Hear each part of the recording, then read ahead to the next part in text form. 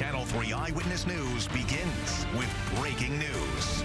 Right now at noon, a school in New Britain is in lockdown after a chaotic situation. Thank you for joining us. I'm Nicole Nalepa. And I'm Kara Sundlin. Police do say they're investigating a crash and a shooting right now. It all played out near Kelsey and Whitman Streets. Pinpoint News Tracker shows you exactly where that is, down the street from the Smith Elementary School. You can see how close it is there. And let's get right out to Channel 3 Eyewitness News reporter Cassidy Williams, who is live in New Britain. Cassidy, what is the situation looking like there? Well, I've spoken to several eyewitnesses. One man who lives nearby says he heard the loud bang of the crash and then several gunshots. The cars involved in this crash are still sitting on the front lawn of a duplex there. You can see one of the cars is actually on its side. And all of this happened only around 10 minutes after all the kids in the neighborhood were walking to the school nearby. Police have been searching the area with canines as well as a drone. The New Britain Major Crimes vehicle is also on scene. At this point, police have only confirmed shots were fired, but have not answered whether anyone was hurt.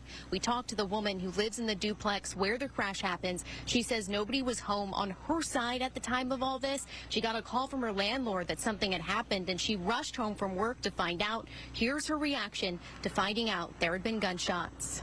There was gunshots? I didn't know about gunshots.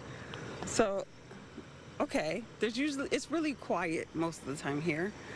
So I have no idea what happened, and wow, I don't really know what to say to that. Now, the Smith Elementary School nearby was placed on lockdown, we're told, out of an abundance of caution, but a city official tells us that they do not believe there's any threat to the public at this time. Again, police have not yet said if there were any injuries in either the crash or the shooting afterwards. We will continue to follow this story throughout the day. Live in New Britain, Cassidy Williams, Channel 3 Eyewitness News. Cassidy, thanks. And now to another breaking story we've been on top of all morning for you. State police are combing through evidence after a house fire overnight in Thompson. And Pinpoint News Tracker behind us shows us where the flames broke out, just minutes away from the Rhode Island line. Channel 3 Eyewitness News reporter Olivia Schuler has been at that scene all morning. She's joining us live right now at noon with new details. Olivia? Well, Kara, state police pushed us back. You can see these signs behind me blocking off the road here. This investigation right now is suspicious. That's what state police tell us. We also know that one person, a man, was found alive about 200 feet into the property of the woods behind the home where this fire took place overnight. Take a look at this video.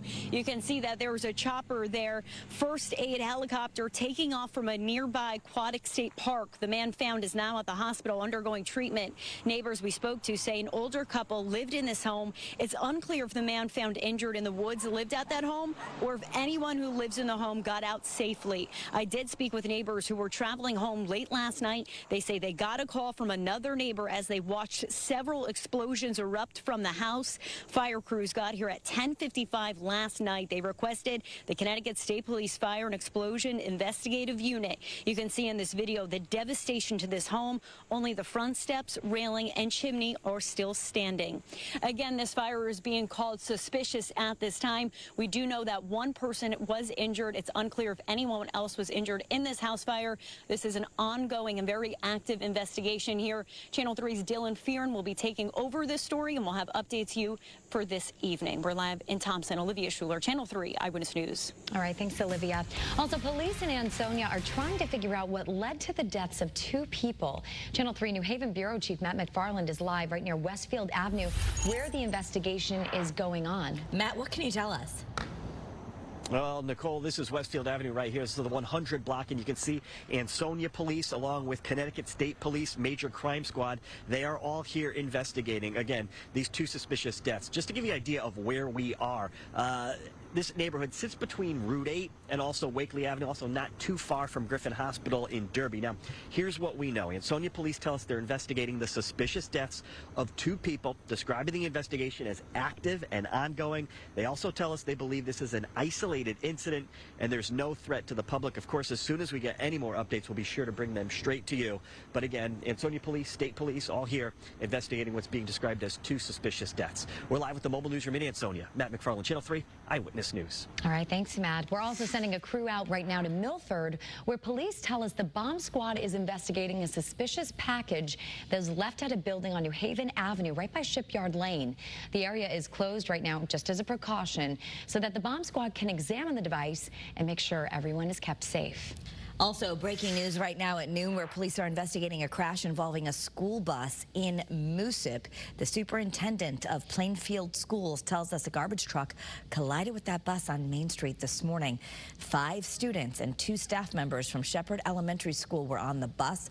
All of them have been taken to the hospital to be checked out. We are told, thankfully, no one is seriously hurt. Now, if you want the latest updates on all of these developing stories on this busy news day, please download our WFSB app. The QR code is on your screen right now. We'll make sure all the details are sent straight to your phone. All right, let's talk weather. Right now, we're getting a live look along the shoreline with our iCams in Mystic, in New London, and in Old Saybrook. Yeah, we're feeling pretty lucky on this Thursday. Meteorologist Scott Gagliardi is joining us with more on the first alert forecast. Man. If we could just keep a lot of firsts, if this just keeps happening, we'd be happy. And we're going to. That's I mean, we don't nice. see, there's no end in sight from this sunshine. I mean, it's So fairly nice. abnormal, but you can't complain about it. Trust me, I'm not complaining about it. I love it.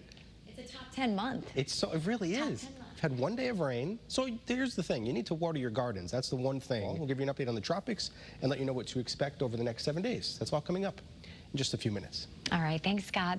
Many of us are not happy about our electric bills. We've been talking about this a lot lately. They seem to just keep going up. Well, a group of protesters took to the state capitol earlier to push for the public benefits charge be removed from bills. They're frustrated at how much the bills have gone up, and protesters want the state budget surplus to pay for what has been handed off to consumers.